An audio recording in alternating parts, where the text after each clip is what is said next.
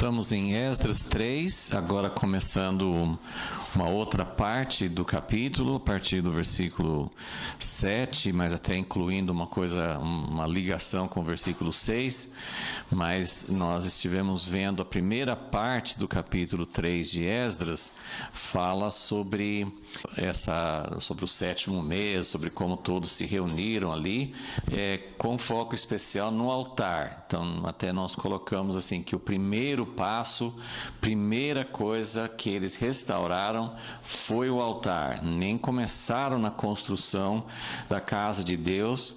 E se a gente for olhar, tanto o tabernáculo quanto o templo de Salomão, eles começaram com a construção no tabernáculo, pelo menos a revelação começou do Santo dos Santos e foi indo de dentro para fora. E também quando fala da construção do templo, tinha os fundamentos e tinha toda a parte da construção, e depois ele fez o altar na primeira construção. Mas aqui nós estamos vendo como a restauração começa com já a parte final, com a parte que tinha sido feito por último, que é a própria casa de Deus na história, e com o altar. Então, a restauração começou com o altar. Então, nós temos esse primeiro passo, pensando nos passos da restauração, primeiro o altar. Antes de restaurar qualquer outra coisa, eles restauraram o altar. E vimos que, embora a casa de Deus, a consumação, o clímax da casa de Deus é passar pelo altar, passar pelo lugar santo e chegar no Santo dos Santos, onde aonde fica a arca e onde tem a comunhão, a Deus falando, Deus aparecendo, Deus se comunicando com o povo. Então, o Santo dos Santos é claro que é a parte principal nesse sentido. Mas quando nós pensamos naquilo que era feito na casa de Deus, o que é? A casa de Deus era para fazer o quê? Diariamente, 2 vezes por dia, em todos os dias, especialmente em épocas especiais de festas e de início de mês e início do ano e tudo mais, eram sacrifícios. Então o altar realmente representava uma parte importantíssima, contínua, a oferta contínua diante de Deus, para que Deus pudesse falar com o seu povo e habitar com o seu povo. Então, primeiro o altar. Hoje nós vamos ver segundo passo, segundo os fundamentos. Vamos orar, vamos pedir que o Senhor revele para nós aquilo que realmente é aplicável, como nós podemos aplicar isso nos dias de hoje. Senhor, nós também esperamos a restauração. Sabemos que ao longo da história tem havido muitos ciclos de afastamento e de retorno a Ti, avivamentos, reformas. Não é só no fim que vai haver restauração, mas nós entendemos que há uma restauração especial, como Pedro falou em Atos 3, que o Senhor está sendo até detido nos céus. O Senhor não pode voltar para estar conosco para sempre, como o Senhor deseja, porque ainda precisa haver uma restauração de todas as coisas. Então, nós estamos aguardando, ansiando, desejando essa restauração, e vimos que o altar é a primeira coisa a ser restaurada em qualquer processo, em qualquer movimento de retorno a Ti. O altar é a primeira coisa a ser restaurada, e hoje nós queremos olhar também para os fundamentos, a segunda coisa que eles restauraram, o segundo passo da restauração. Senhor, nós queremos, ansiamos por ver isso de uma forma espiritual, interior, coletiva e que isso aconteça de tal forma que o Senhor possa retornar e habitar para sempre conosco. Esse é o nosso desejo. Pedimos, ó Deus, a tua revelação, pedimos que o Senhor abra o véu para que nós possamos ver aquilo que precisamos entender e ver e que isso faça parte da nossa oração, do nosso clamor a Ti. Pedimos isso em nome de Jesus. Amém. Muito bem, então estamos aqui, como eu disse, o versículo 6 é mais ou menos uma conexão entre as duas partes desse capítulo. O capítulo 3 de Esdras tem essas duas partes. A primeira, eles se reuniram como um só homem no 7º mês, se reuniram todos aqueles que estavam morando em outras cidades ou se estivessem morando em Jerusalém mesmo, todos se reuniram como um só homem e eles celebraram as festas do 7º mês, mas o trabalho deles, o projeto deles era restaurar o altar. Então, isso ocupa os primeiros 6 versículos do capítulo 3.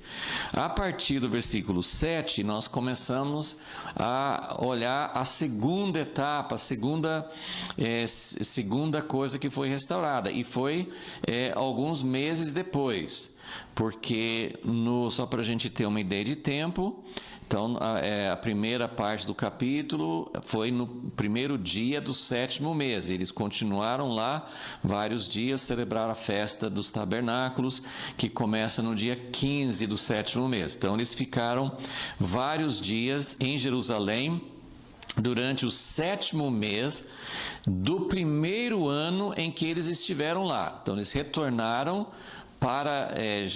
da Babilônia, né?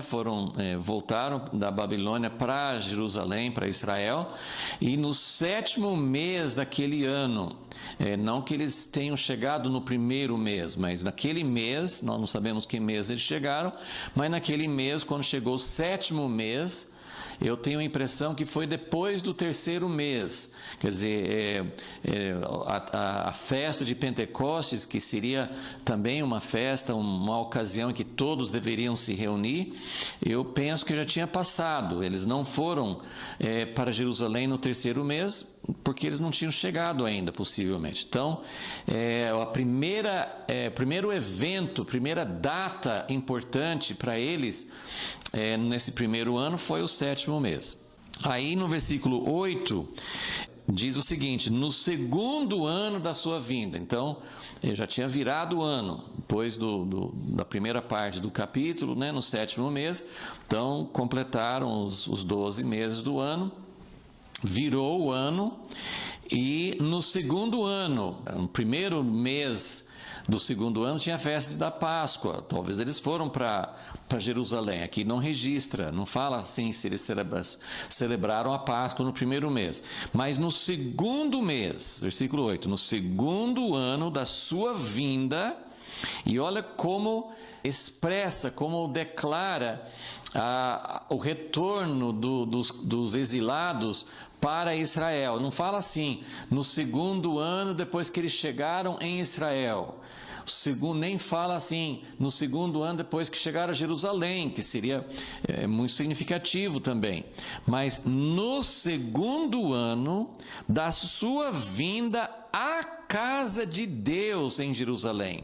Então, o retorno da Babilônia é um retorno, temos falado isso muitas vezes, mas vamos sempre martelando nesse ponto, porque o retorno da Babilônia não é um retorno, como muitas vezes fala assim, quando eles saíram do Egito, enfatiza muito que eles saíram da escravidão, eles foram libertos da escravidão, eles saíram, dá mais ênfase claro, eles saíram do Egito para ir à terra prometida, a terra da herança de Deus. O objetivo é o destino.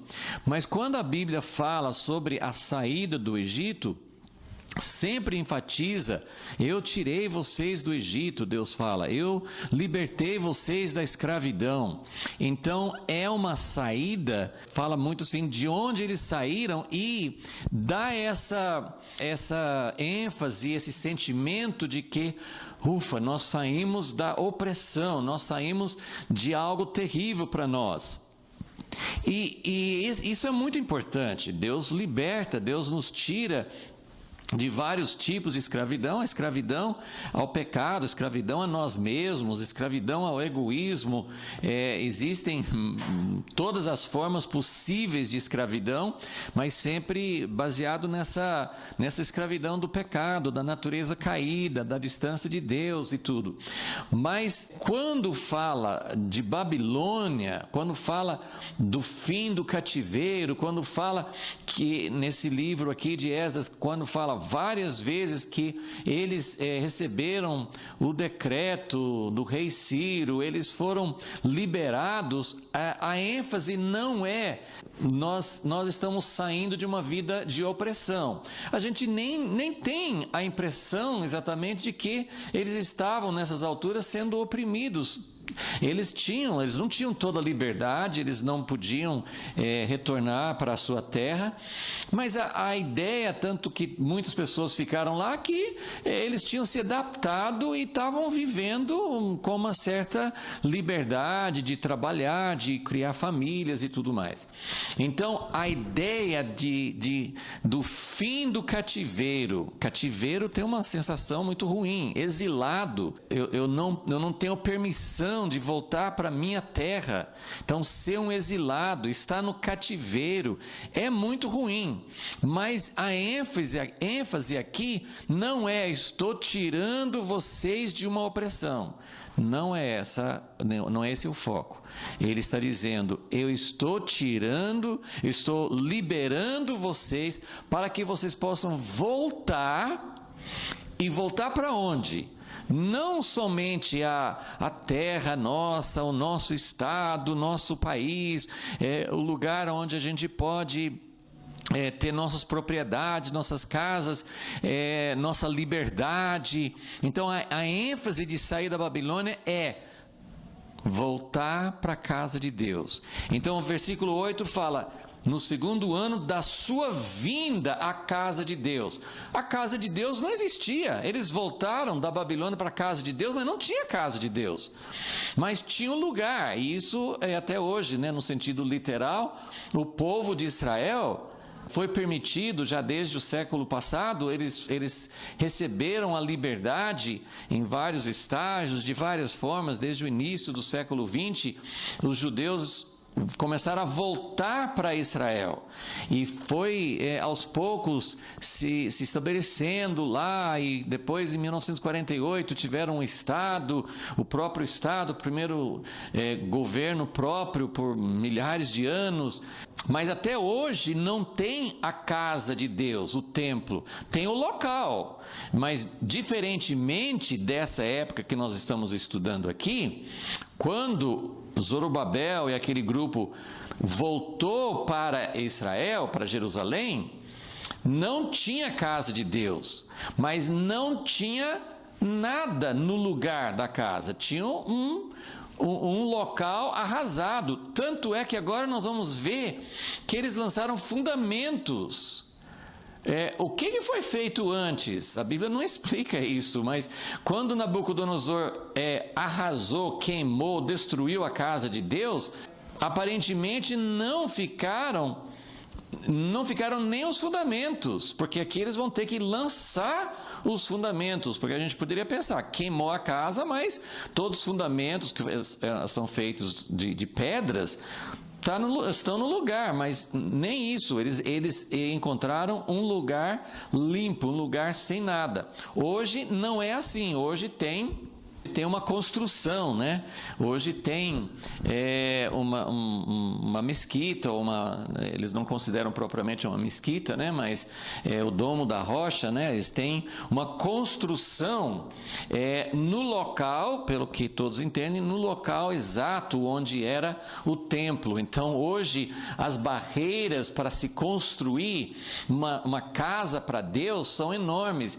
E como existem muitos paralelos, os paralelos entre a história do povo de Deus físico, os descendentes de Abraão, o povo, os judeus, o povo de Israel, existem muitos paralelos entre a história deles e os acontecimentos que vem acontecendo desde sempre, mas especialmente do século passado para cá.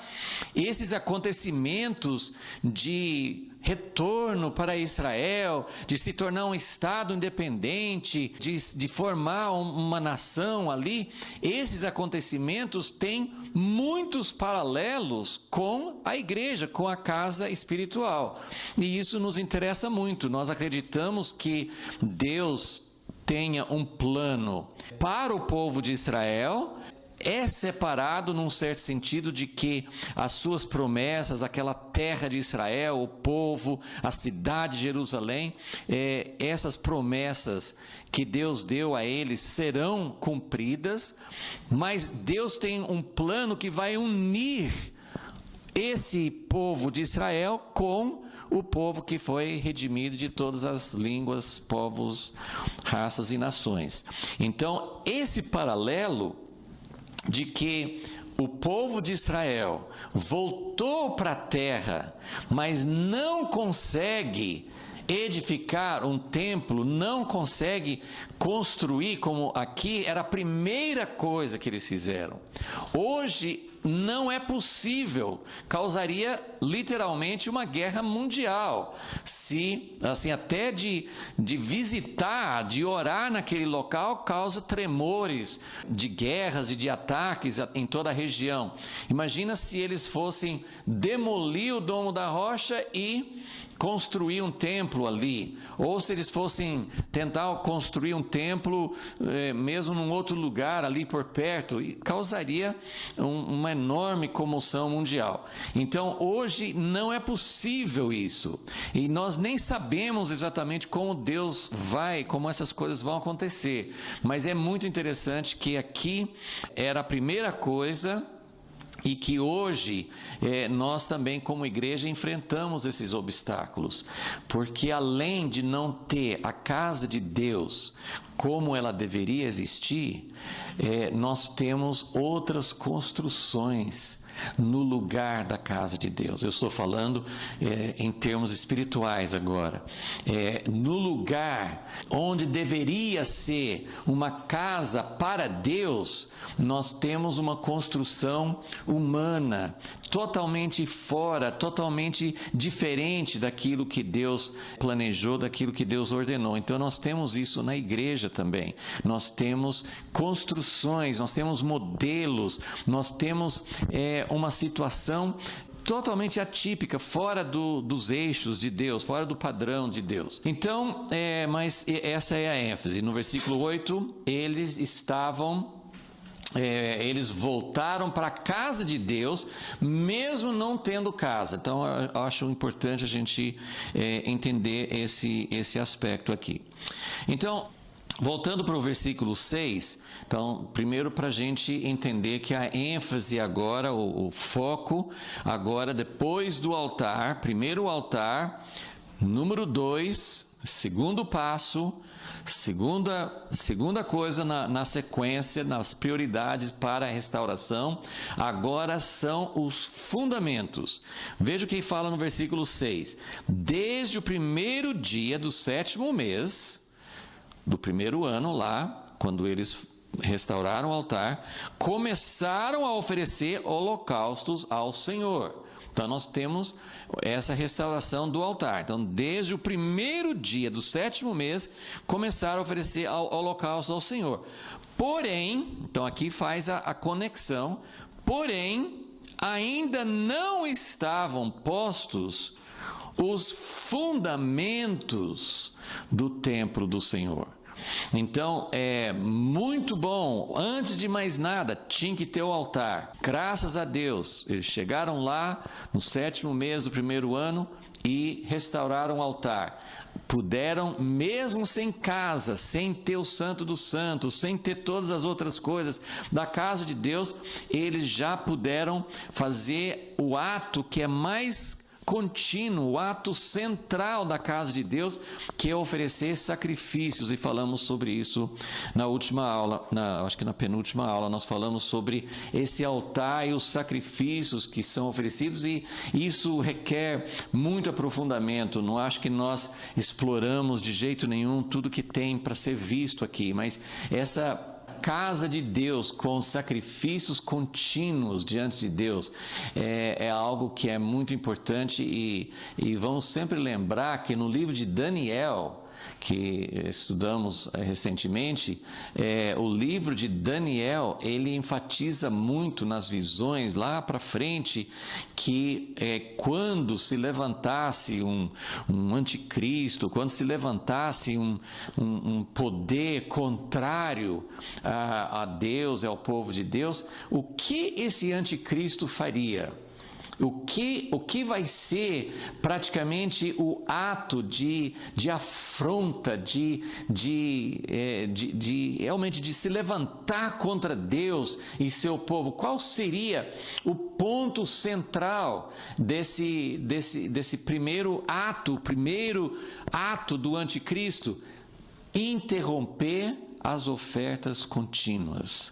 Isso é citado, repetido várias vezes no livro de Daniel. Ele fala no capítulo 8, fala no capítulo 9, no capítulo 11, 12, ele fala sempre sobre esse fato de que quando Deus estava revelando para Daniel, olha, vocês vão voltar do cativeiro, vai ter uma restauração, mas lá na frente vai ter um outro momento difícil, se levantará alguém contra Deus, contra o seu povo, vai destruir templo de novo, vai destruir, vai espalhar, vai acontecer muita coisa difícil novamente para o povo de Deus, mas o ponto central ele vai interromper as ofertas contínuas, os sacrifícios contínuos. Então, tudo isso mostra como o altar é essencial. Para ter restauração, precisa restaurar o altar. Para derrubar, se levantar contra Deus e contra o seu reino e contra seus propósitos na terra, tem que acabar com o altar. Então, Daniel viu isso na vida dele, 3 vezes por dia, orando para Deus, era o altar de Daniel. E os inimigos dele se levantaram contra ele para que todo aquele que fosse orar a outro Deus, clamar a outro Deus, além do imperador, do rei, seria colocado na cova de leões. Então, era exatamente esse ponto que o inimigo quer atacar, que é a nossa devoção, que é a nossa conexão, que é nós nos oferecermos a Deus. Esse altar, mesmo lá na Babilônia, era possível ter, Daniel orando 3 vezes por dia, mas no sentido mais pleno, ele só podia ser restaurado quando eles voltassem da Babilônia. E agora a segunda coisa, então, como no versículo 6 mostra, eles tinham o altar, versículo 6, já tem o altar, mas está agora já olhando para o segundo passo. Tem o altar, mas não tem os fundamentos. Agora o versículo 7. Então deram o dinheiro aos pedreiros e aos carpinteiros, como também comida e bebida, azeite aos sidônios e aos tírios, para trazerem do Líbano madeira de cedro ao mar, para Jope, segundo a permissão que lhes tinha dado Ciro, rei da Pérsia. Esse aqui, então, a primeira coisa que eles fizeram, então, foi já providenciando materiais. Eles já foram preparando o caminho, não disse isso aqui era já nesse 7º mês do primeiro ano, ou se foi depois, mas eles já começaram a alinhar as coisas para que houvesse materiais necessários para a construção. Então tem que ter os materiais necessários, tem que trazer materiais. E esse passo, então até coloquei aqui, que o segundo templo, né, nós estamos falando aqui sobre a restauração, sobre a edificação do segundo templo. Por isso que, assim, na história do povo de Deus, nós falamos primeiro templo, é o templo que Salomão edificou. O tabernáculo foi antes, mas não era uma casa permanente, era uma tenda. Então nós temos o primeiro templo edificado por Salomão, o segundo templo, agora aqui no livro de Esdras, que foi edificado por Zorobabel e Jesua e todas as pessoas que estavam com eles. Então, segundo templo. Esse segundo templo, ele passou por uma mudança bem radical. Algumas pessoas acham que foi praticamente totalmente reconstruído no tempo de Herodes, pouco tempo antes de Jesus nascer. Mas ele é considerado o segundo templo, porque esse segundo não tinha sido destruído, não tinha sido, ninguém acabou com o segundo templo, mas assim, só para entender essa história, porque hoje, quando se fala na escatologia, né, quando a gente pensa em o que vai acontecer com o povo de Israel e com planos, as coisas que vão acontecer antes da volta de Jesus, é muito comum falar sobre o terceiro templo. Então é um terceiro templo, porque esse segundo, edificado por Zorobabel e Jesua, depois, mesmo tendo uma reforma de Herodes, era o segundo templo. O segundo templo foi onde Jesus esteve no segundo templo, os apóstolos, mas no ano 70 foi destruído pelos romanos. Então, esse segundo templo, ele seguiu o padrão. Nós vamos falar mais sobre isso numa outra aula, mas porque hoje eu quero falar mesmo sobre os fundamentos. Mas eu só coloquei esses itens aqui, eu vou mostrar meio rápido, porque senão a gente não vai poder falar adequadamente sobre os fundamentos. Mas o segundo templo, esse segundo templo aqui, ele segue várias coisas parecidas com o primeiro templo. Algumas coisas assim a gente não sabe nem se foi exatamente de propósito. Será que eles estudaram? Eles eram, né, sacerdotes, levitas, conheciam as escrituras. Então a gente não sabe se eles pensaram: puxa, Salomão começou a edificar o templo dele no segundo mês. Olha que coisa interessante, versículo 8. No segundo ano da sua vinda à casa de Deus em Jerusalém, no segundo mês, Zorobabel e Jesua e os outros sacerdotes, todos que vieram do exílio, iniciaram a obra. Então, eles começaram, esse aqui é o primeiro item aqui. Eles começaram a construção no mesmo mês do ano. Salomão começou a construção, começou a lançar fundamentos também no segundo mês. Segundo Crônicas 3:2. 3:2. Salomão começou a edificar no segundo mês, no segundo dia. Então, foi no mesmo mês do ano. O primeiro mês é que tem a Páscoa. Provavelmente, eles escolheram o segundo mês, porque depois de passar essa festa tão importante da Páscoa, então eles começaram o trabalho de construção. Mas, seja como for, é um paralelo interessante, né? Eles começaram a construção no segundo mês do ano, igualzinho foi com Salomão. A outra coisa, isso está no versículo 8, Esdras 3:8. Mas a segunda coisa, aqui está muito resumido em Crônicas, por exemplo, tem em Reis, 1 Reis e 2 Crônicas, mas em Crônicas é o segundo capítulo, 2 Crônicas 2. Fala detalhadamente como Salomão foi procurar Hirão, rei de Tiro, e foi buscar, falou assim: olha, no Líbano, em Israel, não tinha árvores grandes, tinha as oliveiras não serviam para dar madeira. Israel não tinha, na terra de Israel, tanto é que as casas em Israel eram feitas de pedras, as casas comuns das pessoas. Era chique ter uma casa de madeira. Aqui no Brasil, geralmente é o contrário. Quem mora em uma casinha de madeira, geralmente é considerado uma casa mais simples. Mas fala de Davi, de Salomão, eles fizeram casas muito suntuosas, com madeira, porque era uma coisa importada.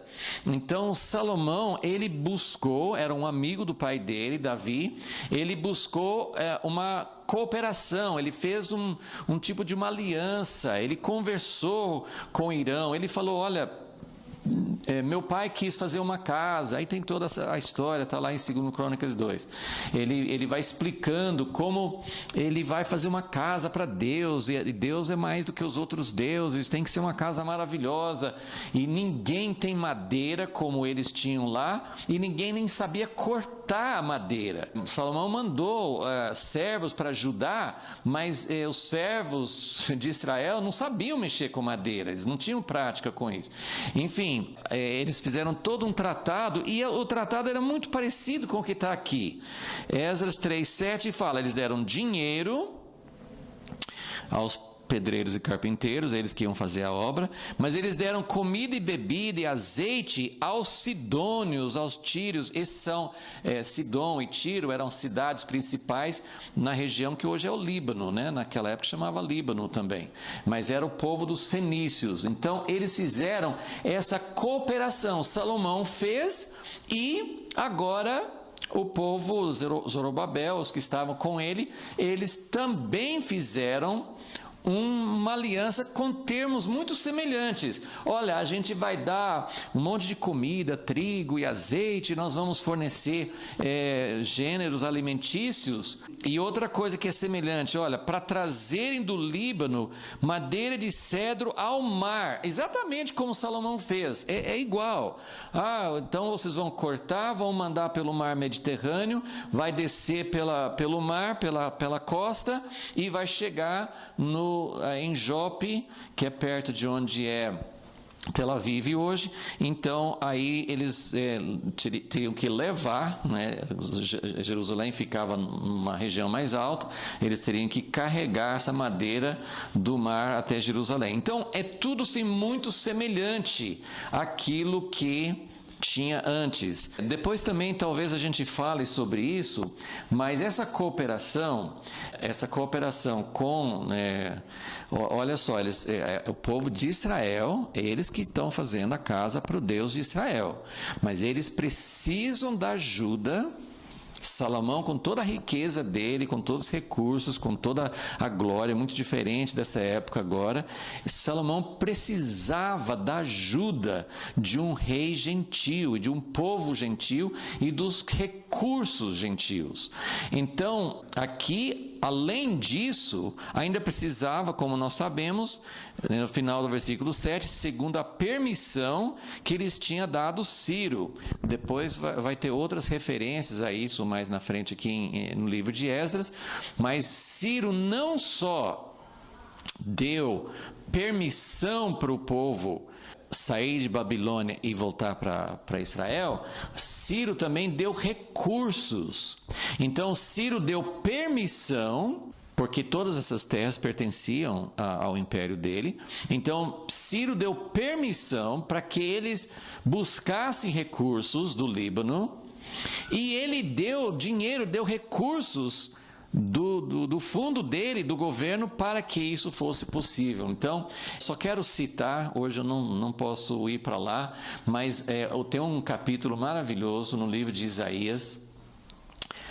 Eu sempre falo que é bom, assim, tem muitos textos isolados, mas tem capítulos na Bíblia, a gente tem que guardar assim, Isaías 53 fala de Jesus, 1 Coríntios 13 fala do amor, a gente tem que lembrar de muitos capítulos que são capítulos chaves, tem muitos assuntos que tem um capítulo especial. Tem um capítulo muito especial no livro de Isaías que fala sobre a glória futura, é algo que não aconteceu ainda e que não vai acontecer antes da volta de Jesus. Claramente, esse capítulo de Isaías, já vou falar qual é, mas tem um capítulo em Isaías, tem vários trechos, outras partes, mas o capítulo de Isaías que fala sobre a glória, como Israel vai ser glorioso e vai poder alcançar e ser admirado e vai receber pessoas de todas as nações, e dá uma visão desse retorno para Israel e um retorno glorioso. É o capítulo 60, Isaías 60, e nesse capítulo fala sobre as riquezas, sobre os recursos que fluirão de todas as nações para fazer a casa de Deus. Então isso é muito, muito importante, é muito significativo, de que Deus tem preparado um caminho de parceria, de mutualidade. Deus deu ao povo de Israel um encargo, um legado especial, que inclusive vai acontecer no fim, para receber Jesus como rei, para estabelecer o reino de Deus na terra. Tem um papel importante para Israel, mas Israel não faz isso sozinho. Israel precisa dos gentios, precisa ter uma parceria, precisa ter uma cooperação.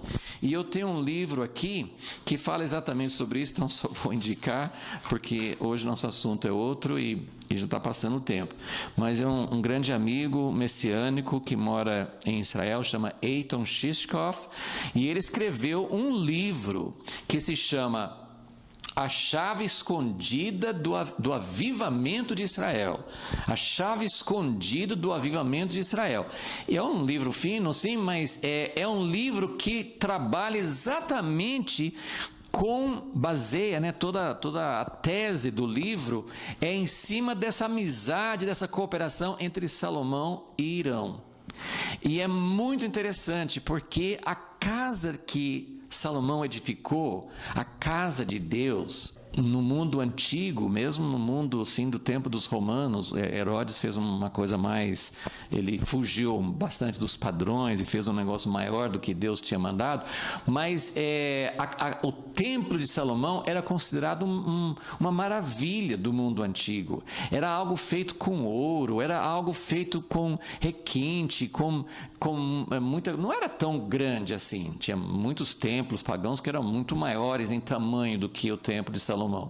Mas era uma coisa gloriosa e representa algo perfeito, algo tremendo, a glória de Deus quando o templo foi inaugurado. Então, o templo de Salomão foi algo espetacular, mas ele construiu essa casa com ajuda essencial, com parceria com os gentios, né? No caso do Líbano, nós chamamos esse povo de fenícios, né? Tinha um povo de Tiro, de Sidom, mas eram fenícios, né? E é na mesma a região de Líbano hoje. Então, eu não vou me delongar aqui.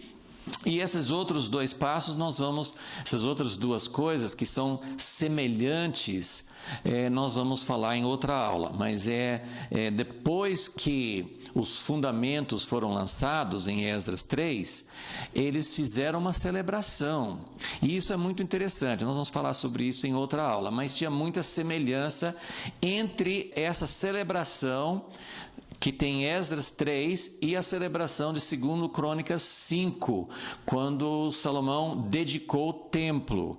Tem muitas semelhanças também. Então, o segundo templo segue o padrão do primeiro. E eu vou falar outra coisa importante, só de passagem, que nós vamos desenvolver depois, mas é importante lembrar disso. O primeiro templo de Salomão era uma construção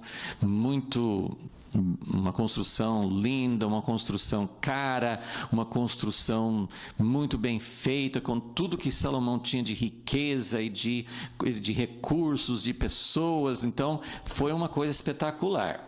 O segundo templo que nós estamos vendo agora é outra época, é outra situação. Então eu só queria assim, lembrar desse aspecto que vai ser, nós vamos focar mais isso numa outra aula. Mas tem semelhanças entre o segundo templo e o primeiro, no processo. Começou no mesmo mês do ano. Eles tiveram a mesma cooperação lá de Líbano, né, dos fenícios. Eles seguiram o mesmo padrão que Deus deu, né, seguiu a mesma planta, era tudo igual. Então, o segundo templo, ele segue não só o padrão de construção, mas ele segue o padrão de como o processo aconteceu. Então, tem várias coisas que são semelhantes, mas tem uma grande diferença, uma enorme diferença entre o segundo templo e o primeiro. Qual é?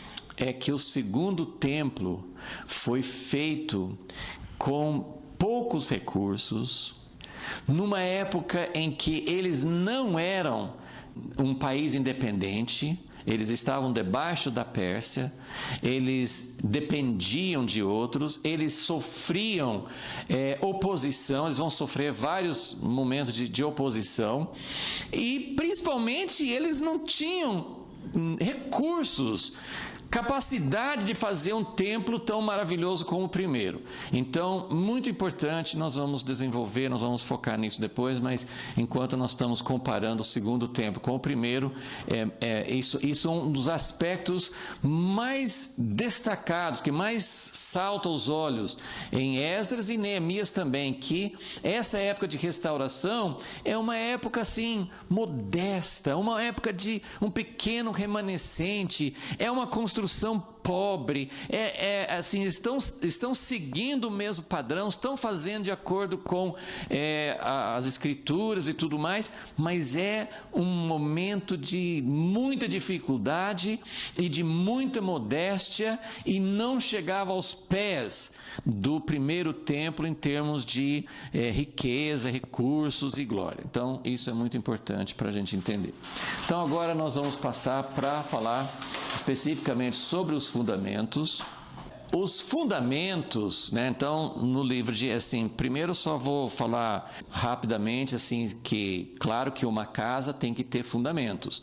Mas quando eu estava, assim, como aqui, nesse segundo templo, no livro de Esdras, nesse capítulo 3, ele só fala dos fundamentos, eles não passaram dos fundamentos. E o que nós vamos descobrir na história, que vem logo em seguida, no capítulo 4, eles foram obrigados a parar. A construção foi interrompida por 16 anos, ficou parado. Então eles eles fizeram o altar e lançaram os fundamentos no capítulo 3, e aí parou. Por vários anos, 16 anos é bastante tempo.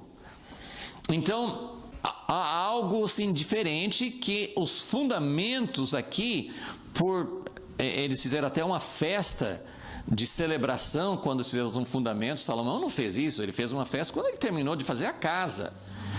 Aqui eles fizeram uma festa, pelo que está contando aqui, parece que a festa de ter completado os fundamentos foi maior do que a festa de inauguração, que acontece depois no capítulo 6. Então, é muito diferente a ênfase sobre os fundamentos. E tanto é que eu até fiquei pensando, na construção de Salomão, ele fala sobre fundamentos. Eu nem lembrava muito se falava sobre fundamentos, porque geralmente quando você vê assim os detalhes, foi fazendo os móveis, foi fazendo o altar, foi fazendo isso, eu não me lembrava de ter falado de fundamentos, mas fala.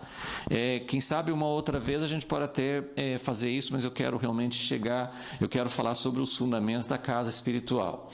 Então, mas só para dizer assim, que no templo de Salomão fala de fundamentos. O tabernáculo que foi feito antes não precisava de fundamentos, porque era uma tenda, então uma tenda não tem fundamentos.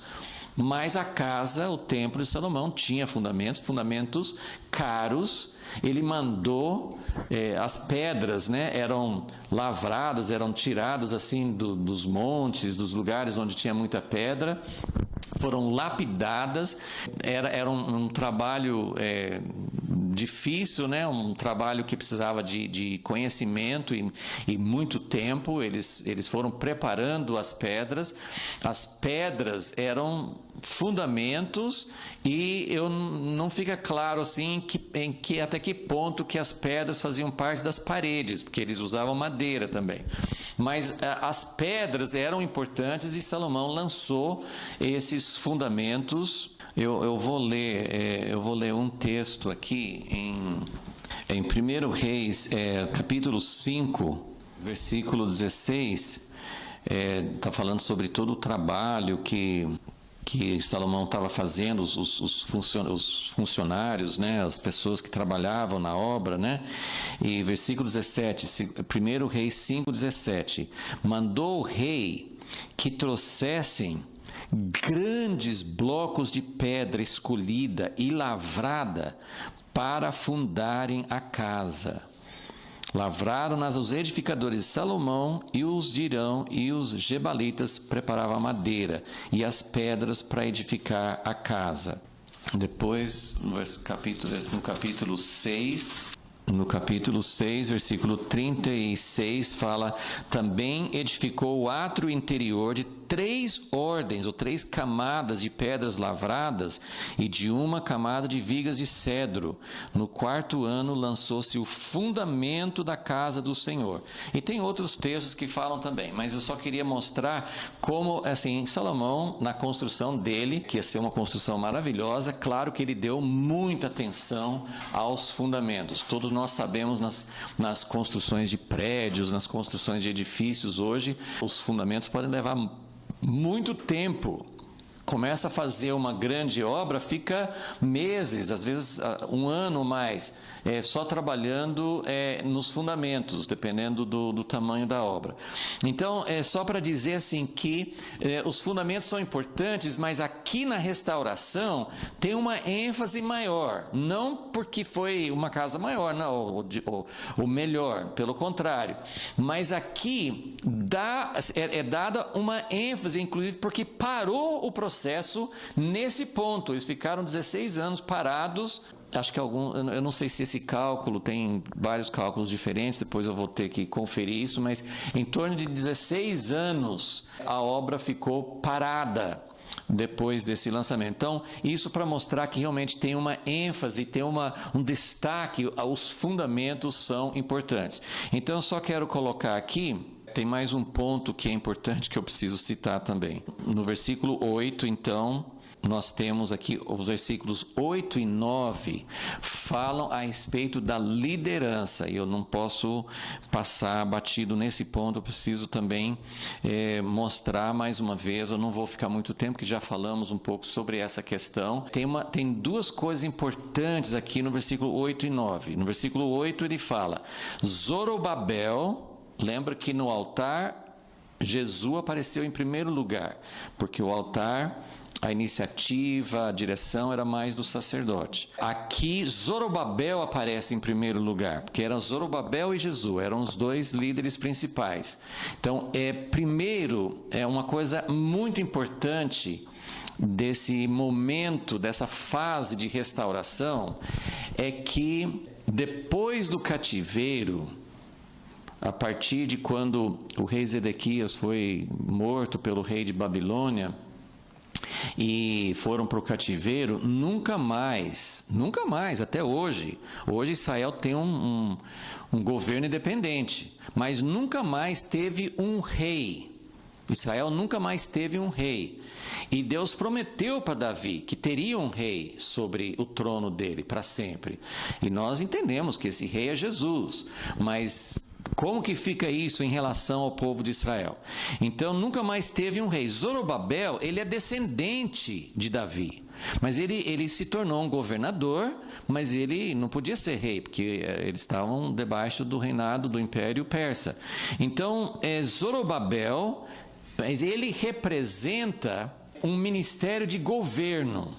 Tem ministérios de governo E a gente tem vários títulos hoje, né? Hoje o título em geral nas igrejas evangélicas é pastor. Existem ministérios de governo e existem ministérios sacerdotais. E sempre, desde lá no tempo de Moisés, quando ele falou como que o povo seria governado, Deus tinha um plano, um equilíbrio, um governo, uma liderança compartilhada entre juízes e sacerdotes, entre ministérios de administração, de levar o povo para a guerra, de saber aonde que eles deveriam ir, de dar unidade, de dar uma direção para o povo, de governar o povo, e os ministérios que traziam a direção de Deus. Deus sempre quis que os ministérios de governo estivessem num equilíbrio e numa relação com os ministérios sacerdotais. Agora, depois, em outro momento também, a gente pode falar mais sobre isso, porque na história do povo de Israel aqui, depois dessa época de restauração, como nunca mais teve rei, quem que acabou ocupando o vácuo? Quem acabou assumindo o lugar de governo? Os sacerdotes.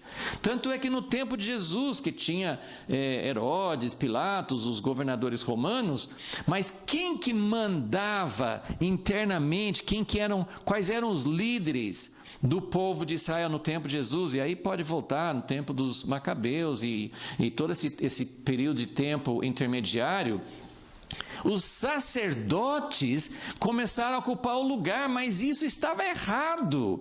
Os sacerdotes no lugar de governo, eles acabam nem ouvindo de Deus e nem governando direito. Eles são uma deturpação do governo de Deus. Agora, Deus também não quis um rei como no tempo do reino dividido, em que os reis também levavam todo o povo para Jeroboão, pelo caminho de Jeroboão, ou Acás, né, Manassés, os reis que levavam o povo para longe de Deus, também era uma coisa errada. Então, o governo de Deus é um equilíbrio fino, uma harmonia, uma interação entre ministérios de governo que não ocupam o lugar como se eles mandassem. Esse é o problema de ser um rei. Eles não tomavam essa liderança como eu sou o dono, eu faço o que eu quero. Não, eles tinham que depender dos sacerdotes, mas os sacerdotes se ocupavam daquilo que nós chamamos de ministrar ao Senhor, de oferecer os sacrifícios a Deus, de entender quais são os caminhos e instruções de Deus, de ouvir a voz de Deus. Como os sacerdotes muitas vezes não ouviam de Deus, Deus levantava profetas, mas inicialmente era para os sacerdotes ouvirem de Deus e falar com os reis, ou com os governantes. Então, só para resumir aqui, então, nós temos nesse momento da restauração esse equilíbrio funcionando bem. Zorobabel é descendente de Davi, mas ele não é rei.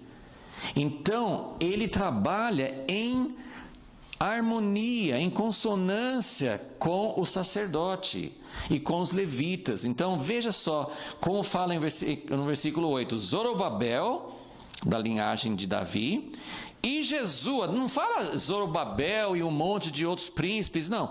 Tinha Zorobabel, importante, uma linha importante ali, que ele se tornou conhecido até como governador ali, abaixo do rei da Pérsia.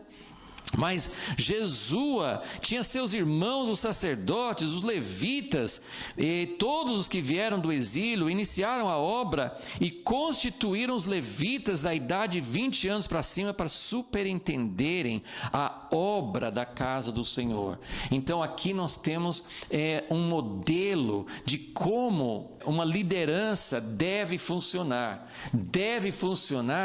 em ligação, em harmonia com os dois lados, o ministério de governo e ministérios sacerdotais. Este é o ministério que Deus quer. Mas como que funciona? Quem faz o quê? É uma coisa assim, é como marido e mulher. na casa. O que Deus fez? Deus fez uma cooperação, uma parceria, pessoas diferentes, com dons diferentes, com inclinações diferentes, com maneiras diferentes de ver as coisas. Deus colocou juntos. Não é um domínio, não é alguém governando como tirano, não é também cada um fazendo o que quer, é uma parceria diante de Deus. É uma coisa maravilhosa, mas pouquíssimas vezes experimentado na prática. Então, versículo 9, levantaram-se Jesua com seus filhos. Só para, olha como essas histórias, eles têm muita confusão de nomes. O Jesua do versículo 9 não é o Jesua do versículo 8. Pode uma coisa dessa? Tem Jesua, que é o sacerdote-chefe, o sumo sacerdote, mas Jesua no versículo 9 é um levita, ele não é um sacerdote. Então levantar-se no versículo 8, Zorobabel e Jesua juntos, eles formam uma equipe de levitas para cuidar da construção. E isso é uma coisa importante. Deus quer levantar levitas. Hoje as pessoas usam levita para falar de músicos, e é claro que tem uma importância muito grande na ordem de Davi, que vamos ver depois também sobre isso. Mas os levitas na Bíblia não são só cantores ou músicos. Os levitas são aqueles que servem, que entendem, que fazem parte de uma equipe que entende das coisas da casa de Deus, e aqui eles vão coordenar, supervisionar a obra na casa de Deus. Então, Jesua, versículo 9, com seus filhos, seus irmãos, Cadmiel, seus filhos, os filhos de Judá. Judá aqui não é a tribo de Judá, é um levita também. Os filhos de Enadad, seus filhos e irmãos, todos levitas. Agora, tem várias traduções, mas olha aqui, Jesua com todos esses levitas, abaixo de Zorobabel e Jesua, o sumo sacerdote, eles eram unidos. Tem uma tradução que fala de novo como se fossem um só homem. O outro fala, eles se uniram, eles tomaram uma posição juntos, eles se tornaram um só. Então aqui a importância de uma liderança unida.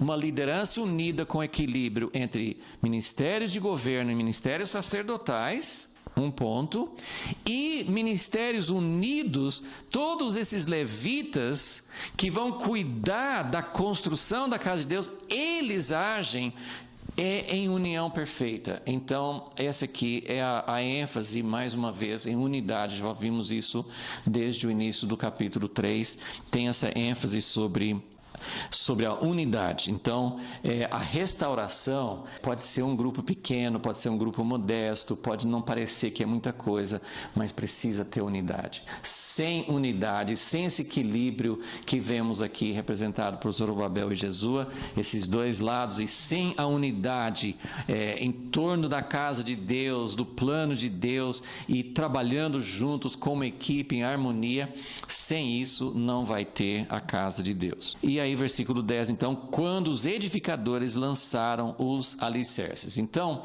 agora eu quero usar alguns minutos para falar sobre quais são os fundamentos da casa espiritual.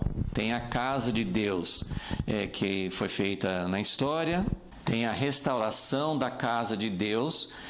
Eu sempre confesso, pode ser um lapso, um ponto cego, uma incredulidade, não sei o que é, mas eu tenho confessado nessas aulas que eu não consigo enxergar com muita clareza como é que vai ser esse terceiro templo, se vai acontecer mesmo, de que forma, eu não sei. É difícil a gente visualizar sacrifício de animais sendo feitos novamente. Então, eu não estou dizendo que não vai acontecer, estou dizendo que eu não consigo muito, é uma área que eu não consigo realmente ver e visualizar como vai ser esse cumprimento nos nossos dias, no fim dos tempos. Mas se a gente for fazer os paralelos, assim como vai ter os paralelos, os cumprimentos literais, povo de Israel voltou para sua terra, Jerusalém está nas mãos do povo de Israel outra vez. Então, dentro desses paralelos, seria muito lógico, seria muito fácil de entender que poderia ter também um terceiro templo. Assim como Deus está restaurando a casa espiritual, Deus vai restaurar a casa literal, o templo em Jerusalém. Então faria sentido, né, ter esse paralelo. Mas hoje eu quero falar sobre os fundamentos da casa de Deus espiritual. Quais são os fundamentos? Porque no fim, é importante entender isso. De acordo com a visão dos dispensacionalistas, vai ter uma casa de Deus, a igreja, e vai ter um templo em Jerusalém, para os judeus. E as duas coisas não interagem. A igreja vai ser arrebatada e os judeus vão ficar na tribulação, enfrentando o anticristo, e as coisas vão acontecer separadamente. Eu não vejo assim, eu vejo uma oliveira, um novo homem, Deus unindo, Deus trazendo, convergindo o plano dele com Israel e o plano dele com os gentios, juntos formando, como eu acabei de mostrar, essa cooperação entre Salomão e o rei Irão de Tiro. Então, essa cooperação, essa união entre judeus e gentios, a chave escondida que Paulo fala em Romanos 11, que a restauração dos judeus para a oliveira, ficando junto com os gentios na mesma oliveira, vai trazer a ressurreição dos mortos e a glória do reino de Deus na terra. E essa é a visão que a gente tem no Novo Testamento. Mas, por enquanto, nós temos essas duas linhas andando de forma paralela, porque a grande maioria dos judeus não reconhece Jesus como seu Messias, mas muitas coisas estão acontecendo para restaurar o povo de Israel na terra. Então, tem dois processos acontecendo paralelamente. Deus está restaurando a igreja, a casa espiritual, e Deus está restaurando o seu povo Israel na terra. Então, por enquanto, são dois processos acontecendo paralelamente, mas já tem muita intersecção, muita interligação com os judeus messiânicos fazendo parte já do povo de Deus. Mas eu quero falar agora, então, rapidamente, porque seria um assunto também profundo para a gente pensar: o que é a casa de Deus espiritual? O que é a casa que Deus vai restaurar? Essa restauração, esse retorno da Babilônia. Como eu tenho falado, nós não voltamos da Babilônia para a gente criar um movimento maravilhoso para nós, não. O povo de Deus está na Babilônia até o momento em que Deus determina é hora de fazer o quê? Qual era a ordem, o decreto que colocou fim ao cativeiro? O decreto era: vocês estão livres para sair e edificar novamente a casa de Deus que está em ruínas. Então, tem havido muitos processos de restauração ao longo da história. Mas a restauração principal, a restauração que nós aguardamos, é a restauração que traz de volta. Nós saímos da Babilônia, de confusão, de casas separadas, de cada um oferecendo sacrifícios onde quer. Como Deus falou com Moisés, vai ter um lugar, Jerusalém, vai ter um lugar. Meu nome vai estar ali, todo mundo vai se unir naquele ponto. Então, é essa restauração que a gente aguarda, não uma restauração exterior, numa grande igreja, no mundo inteiro, todo mundo na mesma igreja. Eu não espero isso, mas vai ter uma restauração modesta, uma restauração tímida, um grupinho buscando. Não é só para eles não são os únicos salvos, eles não são os únicos certos, mas um pequeno grupo sai da Babilônia, edifica um altar, entende que precisa ter um altar coletivo. Nós não temos altares hoje? Temos. Daniel orava 3 vezes por dia na Babilônia. Isso é possível em qualquer lugar. mas precisa ter um lugar, e eu confesso, eu não entendo a plenitude disso, de longe disso, mas eu entendo que tem alguma coisa de um altar restaurado que vai ser um cheiro suave para Deus, e que não está acontecendo. E esse assunto de fundamentos é fundamental para isso. Então, eu vou passar meio rápido por alguns pontos, mas eu quero só... esse aqui seria mais para a gente se despertar, porque tem muita coisa para a gente entender. Eu vou falar rapidamente de 3 passagens no Novo Testamento. Eu nem coloquei aqui, mas a primeira passagem que você pode anotar, nós sabemos que o fundamento, muito claro no Novo Testamento, que o fundamento da casa de Deus é o próprio Jesus. Então, pronto. A arca é a presença de Deus. O fundamento da casa é Jesus Cristo. Pronto, resolvido. Não é tão simples assim. Na verdade, é simples, mas nós é que complicamos. Mas não é tão simples a gente praticar isso, não é tão simples a gente realmente entender. A gente fala assim, Jesus está no Antigo Testamento, todas as páginas, todos os livros falam de Jesus, mas de que maneira, como que é esse Jesus? Como é que isso é mais do que um nome? Então, eu só quero passar rapidamente pelas 3 passagens, começando com Mateus 16. Mateus 16, 18. Tem aquela história que todo mundo conhece, que Jesus estava sozinho com os discípulos e ele perguntou o que as pessoas estão falando. Já fazia algum tempo que ele fazia milagres e estava ministrando, né? Ele era conhecido, então ele perguntou para os discípulos: as pessoas estão falando o que de mim? E aí falaram, né? Falam que você é um dos profetas, ou até João Batista, ou Elias, ou Jeremias, alguém assim.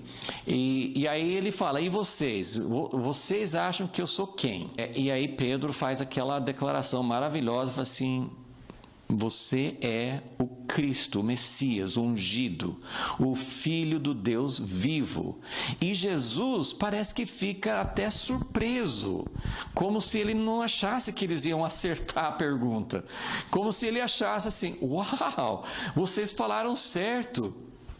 E ele fala: não foi alguém, não foi carne e sangue, não foi alguém que te deu essa informação, mas foi meu Pai nos céus que te revelou. E aí no versículo 18, que eu estou citando aqui, ele fala: e eu te digo, Pedro, que tem a mesma raiz, né, de pedra, de uma rocha, tu és Pedro, e sobre essa pedra edificarei minha igreja. O que ele está falando? De fundamento.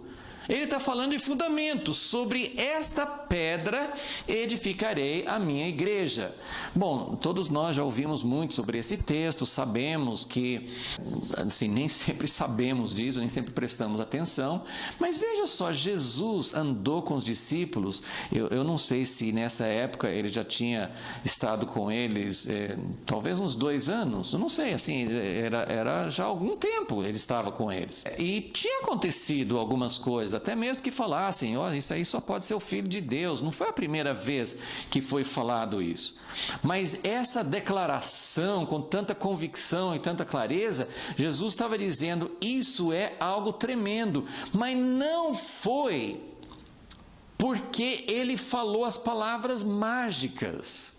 Hoje, se alguém fala a doutrina certa, nós batemos palmas e nós falamos: uau, o cara é fundamental. A gente olha para um político que fala que serve a Deus, ou que repete um versículo da Bíblia, ou que nos Estados Unidos já teve vários presidentes que falam assim: eu sou nascido de novo e tal. A gente, claro, é muito bom ter alguém na política, numa posição de liderança que acredita em Deus, que é fiel a Deus, mas o que eu quero dizer é que não é porque a pessoa diz as palavras mágicas, não é porque o nosso filho, não é porque o novo convertido fala, repete o credo, fala aquilo. Até coloquei aqui embaixo, né? Nós vamos falar sobre esses pontos aqui. O primeiro é: Jesus é o fundamento, sim, Jesus é o único fundamento. Se passar para essa segunda passagem aqui, 1 Coríntios 3:10, Paulo fala, olha, tem muitas pessoas, cada pessoa tem uma função no corpo de Cristo, porque em Corinto estavam brigando, uns eram seguidores de Apolo, outro de Paulo, outro de Pedro, etc. Então, ele falou assim, olha, cada ministro, cada líder, cada ministério tem um dom, mas na verdade cada um está construindo alguma coisa sobre um fundamento, porque o fundamento é Jesus. Então nesse texto aqui Paulo fala, não pode ter outro fundamento, o único fundamento é Jesus. No restante desse capítulo 3 ele fala sobre construção em cima do fundamento, mas esse não é o meu assunto hoje. Você pode construir, você pode ter o fundamento certo, você pode ter o fundamento, Paulo fala isso nesse capítulo, você pode ter o fundamento certo e tudo que foi edificado em cima do fundamento vai ser queimado com fogo, madeira, feno e palha. Pode perder tudo, mas o fundamento permanece, a pessoa é salva. Mas o fundamento, agora eu quero falar sobre o fundamento. Será que nós temos o fundamento? Então, o fundamento é Jesus Cristo. Então, Paulo fala, não pode ter outro fundamento. Mas, no versículo, acho que no versículo 11, eu estou colocando aqui, é um fundamento coletivo. Não é só o fundamento na minha vida. Existe uma diferença. Claro que eu não posso ser uma pedra viva fazendo parte da construção de Deus, essa casa espiritual, se eu não tiver o fundamento na minha vida. Então, o fundamento pessoal é isso que Pedro falou com Jesus. Eu tive uma revelação, não é um credo, não é uma doutrina, não é aceitar que todo mundo fala, deve ser verdade. Eu preciso ter algo muito vivo. Isso a gente fala isso, mas às vezes é difícil a gente entender, mas o que é? O que é ter um fundamento? O que Pedro teve nesse momento que Jesus ficou surpreso? E Jesus fez questão. Ele não falava antes para os discípulos. Falou assim, você quer ser meu discípulo? Pedra fundamental. Se você não aceitar que eu sou filho de Deus, você não pode ser meu discípulo. Ele não fez isso. Ele não fez isso, ele esperou, ele falou assim, e vocês, o que vocês dizem de mim? E depois ele falou assim, não conte para mais ninguém, não conte, mas isso aí é a entrada no reino de Deus, não vai contar, mas é porque tem que ter, não estou dizendo que a gente nunca fala, o evangelho é uma proclamação, tem outras coisas envolvidas nesse momento que Jesus com os discípulos, mas o que eu quero dizer é que Jesus estava mostrando que esse fundamento que é Jesus Cristo, ele não é porque você ensina uma doutrina, não são as pessoas que aderem, que confessam, que assinam numa doutrina. Isso tem que ter esse elemento vivo. Aqui embaixo, o que é Jesus como fundamento? É um relacionamento vivo. Não tem outro jeito. E é esse ponto que eu quero chegar. Bom, então, voltando aqui. Não é só individual. Se der tempo, eu vou ler em 1 Pedro 2. Mas não é só uma revelação individual. Pedro fala lá que nós chegamos como crianças recém-nascidas, nós chegamos para Jesus, que é a pedra angular. Ele é o fundamento. Mas aí ele fala, nós como pedras vivas, somos edificados em cima, nós formamos uma casa. Então o fundamento não é cada cristão individual tem o fundamento Jesus e glória a Deus por isso, eu sou salvo e vou para o céu. A casa de Deus que precisa ser edificada é algo coletivo, são pedras, como aqui no Brasil nós usamos tijolos. Os tijolos são casados, são intercalados, são interligados, são amarrados numa parede e amarrados no fundamento. Então tudo é unido, aliança, ligação um com o outro. Essa casa espiritual não é uma coisa vaga de um monte de gente que tem Jesus no coração. Então é um fundamento coletivo. Agora, Paulo fala em 1 Coríntios 3:11, ele fala: eu, como sábio construtor, lancei o fundamento.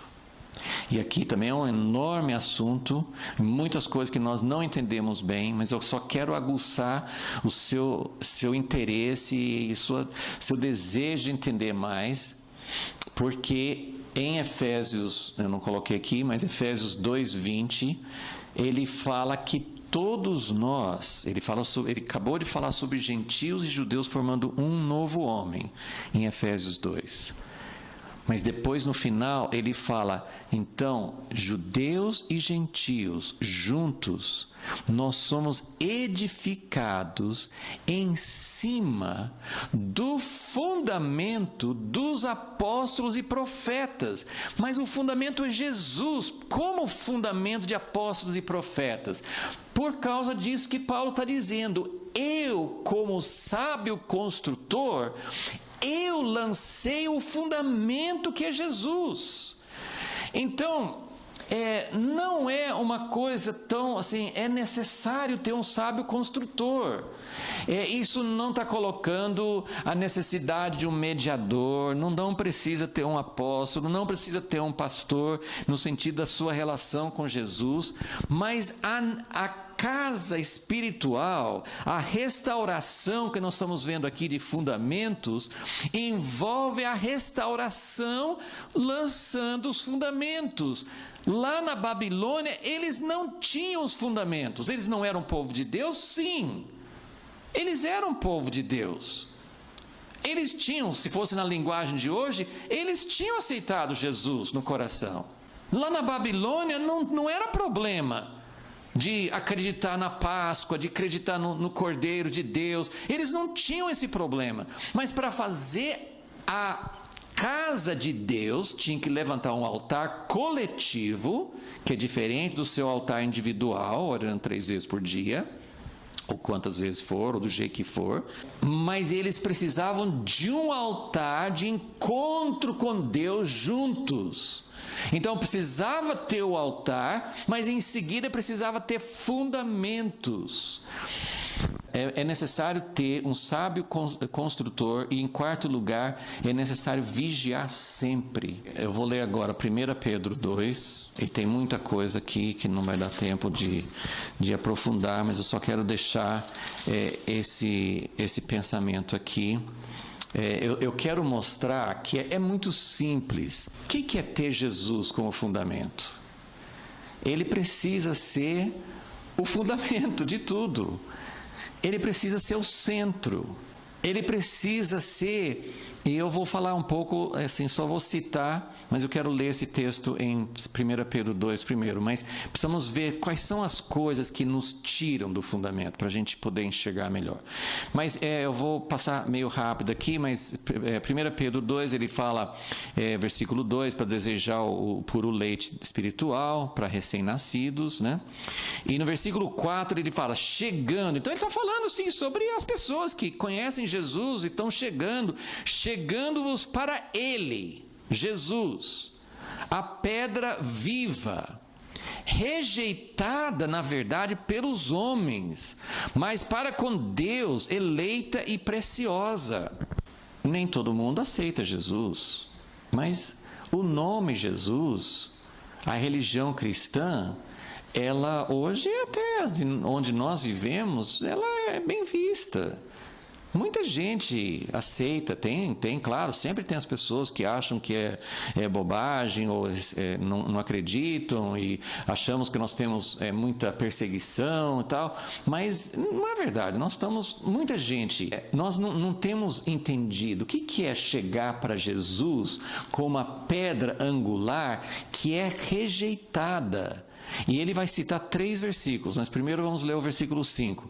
Vós também, como pedras vivas, sois edificados como casa espiritual para seres sacerdócio santo. Aqui ele mistura 2 metáforas. Nós somos pedras formando uma casa e nós somos sacerdotes, oferecendo sacrifícios no altar. Então nós somos pedras edificadas em cima da pedra, e somos sacerdotes oferecendo sacrifícios a Deus. Mas olha, ele cita 3 versículos, que são os 3 principais versículos, textos no Primeiro Testamento, que falam sobre Jesus como a pedra.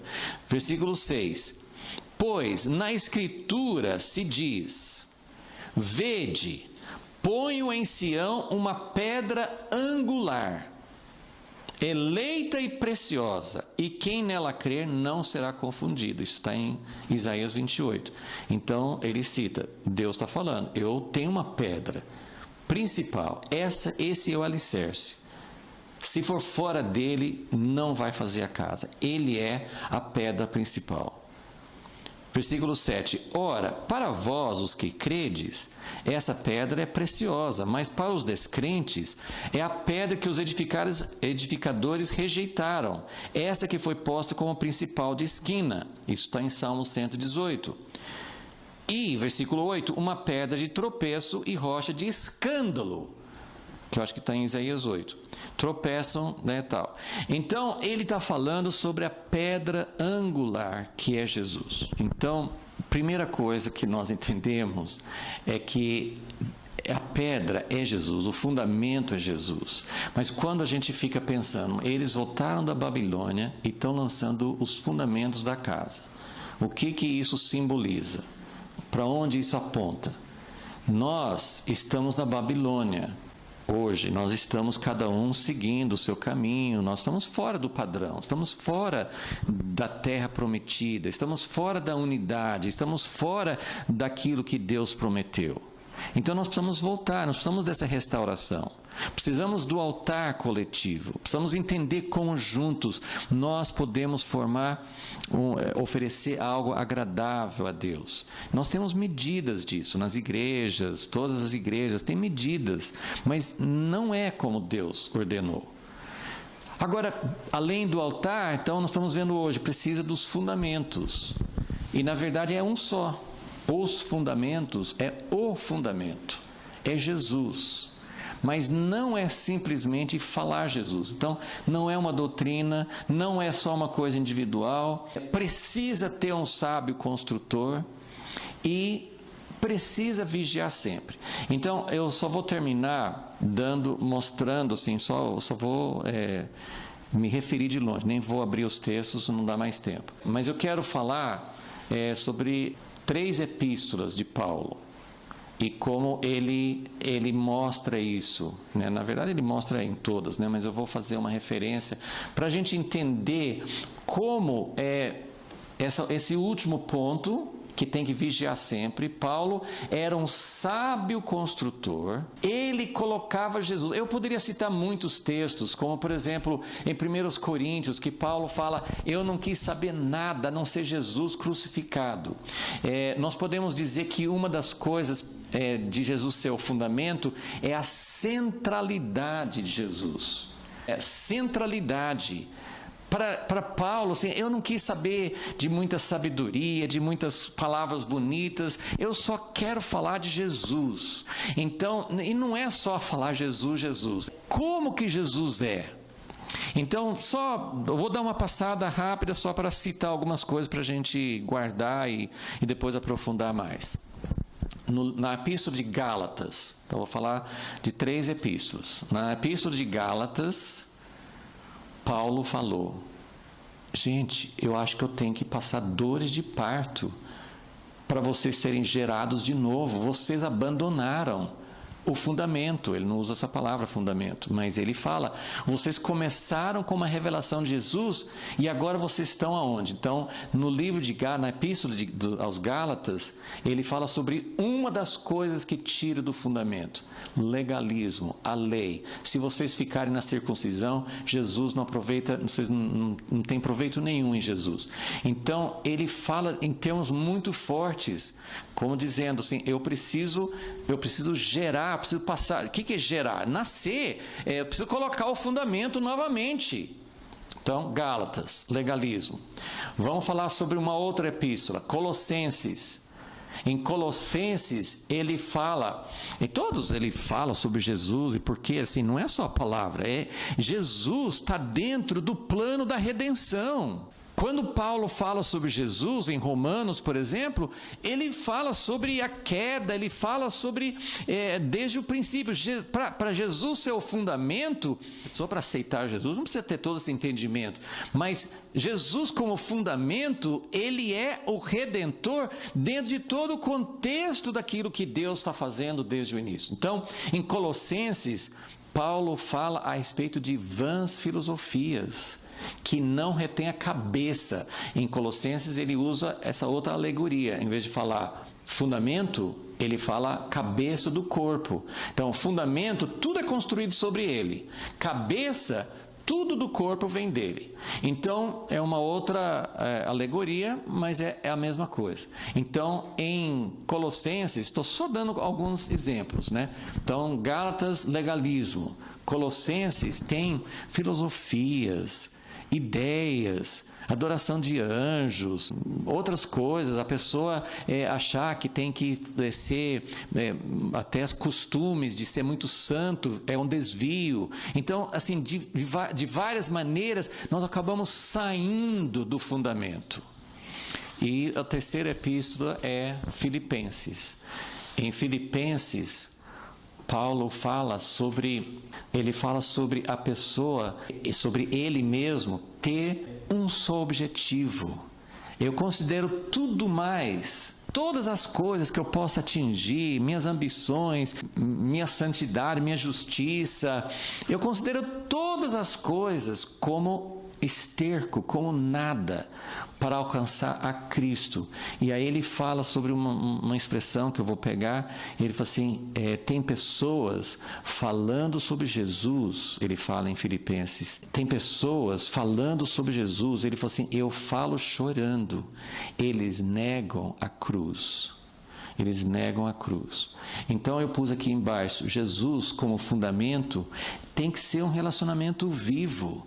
Se eu não conheço Jesus, se eu não tenho um verdadeiro relacionamento com Ele, se eu não estou seguindo como alguém que fala, como alguém que eu amo, como alguém que é alguém com quem eu me relaciono, não é sempre que eu sinto a voz ou que eu ouço a voz de Jesus, mas Jesus tem que ser alguém vivo na minha vida. Não é uma doutrina. Eu sigo. Então, Jesus é um relacionamento. Jesus como fundamento é um relacionamento com Ele. Jesus falou assim, assim como eu vivo pelo Pai, vocês vivem por mim. Não é uma coisa doutrinária.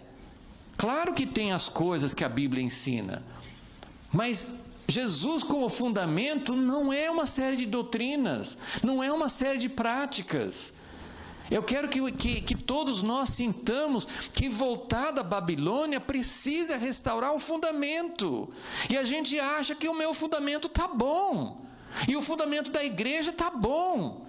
Porque nós falamos Jesus, eu acredito em Jesus, eu sou salvo por Jesus. Nós não estamos mantendo o fundamento, nós precisamos de sábios construtores, nós precisamos que esse fundamento seja lançado. Não é que a gente não está salvo, não é que a gente não acredita verdadeiramente que Jesus nos salvou, mas esse fundamento é muito além daquilo que a gente fala. Então tem que ser um caminho. Voltando para Mateus 16, quando Jesus falou com Pedro, puxa, você recebeu uma revelação, logo em seguida Jesus fala assim, agora Pedro e os outros discípulos, tem um caminho, tem esse fundamento que é a revelação de quem Jesus é, mas tem um caminho. E o caminho é a cruz. E Pedro falou assim, não, cruz não. Então, Jesus é um caminho. Eu não estou falando que o caminho de Jesus é só coisa que tem que sofrer. Mas o caminho de Jesus não é o caminho da glória, da reputação, de ter poder na sociedade, não que a igreja não possa influenciar, mas nós não fomos chamados para ter poder, nós não vamos reinar antes de Jesus voltar, nós não vamos ver o Brasil, os Estados Unidos, a Europa, a Ásia, nós não vamos ver a África sendo países que fazem tudo de acordo com a Bíblia, isso não vai acontecer, nós somos chamados para ir pelo caminho da cruz, porque sim, Jesus vai voltar para reinar, mas o caminho, como Jesus falou com os discípulos, o caminho é pela cruz. Então é o caminho, é uma dependência de Jesus. É entender Jesus como fundamento, é Jesus ser realmente os valores da igreja, o caráter da igreja.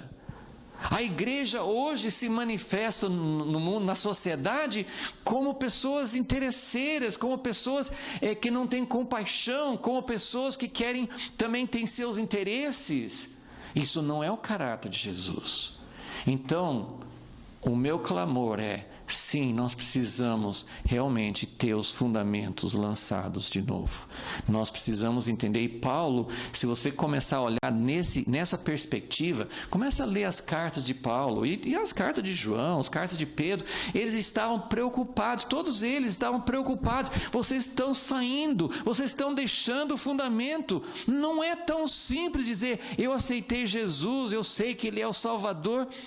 Isso é suficiente para nos salvar, mas isso não é muitas vezes o suficiente para nos manter no fundamento. O fundamento é Jesus numa realidade muito mais profunda. Então, a gente pensa, fundamento está tranquilo, a gente já tem. Não, nós precisamos realmente da restauração desses fundamentos na nossa vida e na igreja.